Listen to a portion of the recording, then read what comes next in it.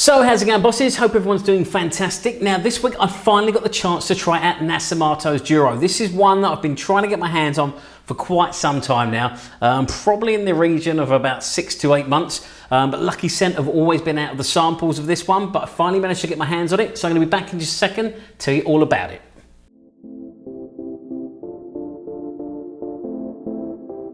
So welcome back, you're watching the Luxury Fragrance Boss channel. My name's Scott, of course I'm the Luxury Fragrance Boss. Now as I said in the intro, this one I've been waiting to get my hands on for quite a while. I really wish I picked up a sample of this back in October when I was in Osmay Perfumery in Miami.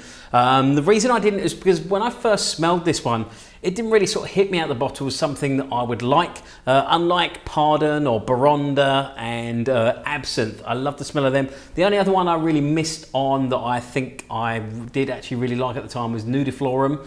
That one's quite a strong one as well. And I wish I picked up a sample of that, and I don't think Lucky Scent had it, or they didn't have it in stock when I ordered this one. Lucky Scent always seemed to be out of the samples of this, so I have waited a long time to get my hands on it. I mean, one thing I've learned with a lot of the pretty much all of the Nasomatto so far, is you really have to wear them to know whether you like them or not. You can't just sniff them out the bottle. Because like I say, I didn't really like this one, or I wasn't sort of taken by it when I just smelt it out the bottle. But I should have learned really from, I mean, back last year, probably going back sort of to, I'd say probably late summer, maybe early autumn or fall if you're in America, when I ordered my sample of Black Afghano, and I absolutely fell in love with it when I wore it. And I found, even though it was out of one of these, even though it was out of Dabba, it just grew on me and it grew on me, and the strength really didn't seem to be affected by the fact that it was coming out of a Dabba and not out of a spray. So I actually bought Black Afghano when I went to Osmay Perfumery, and then I got samples of some of the others there, but this one wasn't one of them. And I soon learned after that pretty much, yeah, everything that I've worn by them I really do love. But you have to give it time on the skin to really sort of appreciate them, and they just tend to grow on you. They're very sort of, I'd say hypnotic and mesmerizing is the best way to describe most of their fragrances. As many of you know, I now own Baronda as well. I'd love to add Absinthe and a couple more from Nasomatto. I'm a big fan of this house. I think they do make absolutely beautiful scents. Now, just to give you an idea of the size of the bottles they come in a 30 ml. It doesn't look very big, and I think they're very reasonably priced considering they're extracts as well. So they are sort of a much stronger oil-based really fragrance. So yeah, I mean, you don't need to use a lot of them at all. It's just a couple of sprays and that is more than enough. They are quite strong fragrances.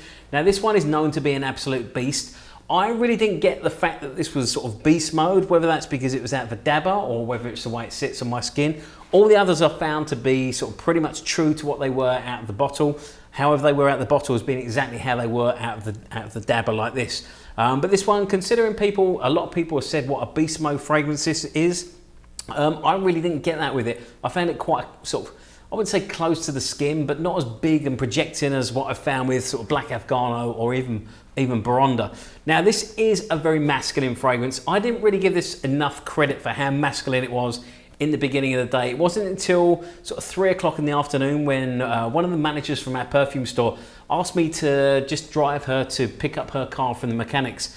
And she got in the car, she said, "I really like what you're wearing today. It smells very masculine." Now this is a masculine fragrance, as I said, and I probably didn't give it enough credit. I thought maybe a woman could wear this. I still think probably a strong, confident woman could wear this one. I mean, my wife loves to wear Black Afghano, which is not something that most women would want to wear, or you can imagine on a lot of women. She also loves to steal Baronda as well, unfortunately. So hoping I'm not going to go through my 2 bottles as quick as she'd like to go through them. But yeah, I mean, this one's a very woody, leathery fragrance. There's some spices in there as well. I mean, it's not what I would explain as like a clean fragrance, and it's not dirty. It sits somewhere in between. It's definitely, I mean, it definitely does lean a lot more masculine than anything else. But yeah, I didn't think of it as a sort of ultra masculine, if that makes any sense. It is a wonderful woody fragrance. Now, I'm going by the notes listed on base notes, which just says woods, leather and spices. I would hazard a guess that maybe there's some oud in this as well. It doesn't, I mean, it's not a lot of oud if there is. It's just something that gives it sort of a little bit of depth and a little bit of darkness, which is normally what I look for in scents.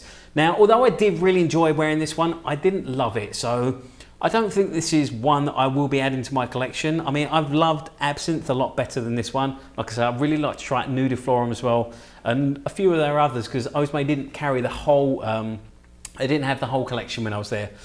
So yeah, I'm really looking forward to, like I said, I want to add Absinthe to my collection, and possibly Nudiflorum as well.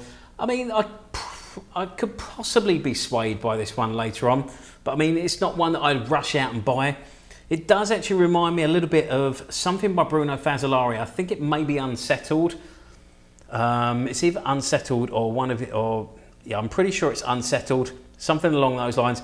It's a very, like I say, it's a very, very beautiful fragrance, but not one that I sort of really fell in love with like I have done with a lot of the others. Pardon was another one as well. I really enjoyed it, but I didn't fall in love with it. Now, when I'm buying fragrances nowadays, I have to go for stuff that I love because I'm wearing samples a lot of the time. So when I do get a chance to wear one of my own fragrances, I need something that I'm going to sort of struggle to pick what I'm going to wear just because I love them all so much. So I buy them more for like occasions than anything else. So yeah, I mean, I've got a fantastic collection. It's not about having the biggest collection, it's about having the best collection for you. That's something I want to emphasize with my collection as well. I don't care about having 200 bottles. You're never going to wear 200 bottles. Concentrate on the stuff that you really, really love, stuff that you're going to wear all the time. Now, as I said, the performance of this one, fantastic. Got through the day, no problem at all. I mean, funny enough, I gave my wife plenty of opportunities to sort of smell this one and give me a compliment. For some reason, I was struggling to leave the house yesterday morning. I kept going back and I kept giving my wife a kiss. After I put this on, she didn't say one word about it. It wasn't until I jumped in the car with our perfume manager and she said something about it. She said that she liked it. But yeah, I mean, my wife, normally if something really strikes her and she really likes it, she will say it straight away, as she did last night. After like 13 hours of wearing Au Cœur de Desert by Tower, she said she loved that one. So, I mean, that gives you some idea of the longevity, and I'll be doing a review of that one tomorrow. But yeah, I mean, that's my thoughts on Nasomatto Duro. I know this is a popular one amongst the fragrance community, so I'd love to hear your thoughts on this one. Let me know what you love about this one. Let me know if you love it or you just like it a lot. I'd love to hear. I mean, any other recommendations you've got for Nasomatto's fragrances as well? As I mentioned, Nudiflorum is another one that I'm really interested in trying out. Let me know your favourites from this house. Besides that, don't forget to follow me on Instagram. You can find me at Luxury Fragrance Boss. Other than that, make sure you hit that notification bell so you never miss another video. Reviews coming all the time. I'm going to be doing a top 5 fragrances to share as well. So sort of unisex fragrances that both me and my wife absolutely love, and she loves to dig in. So I'm going to be doing my top 5 of that very, very soon. Besides that, stay smelling fantastic. I look forward to seeing you very soon in my next video. Thank you so much for watching.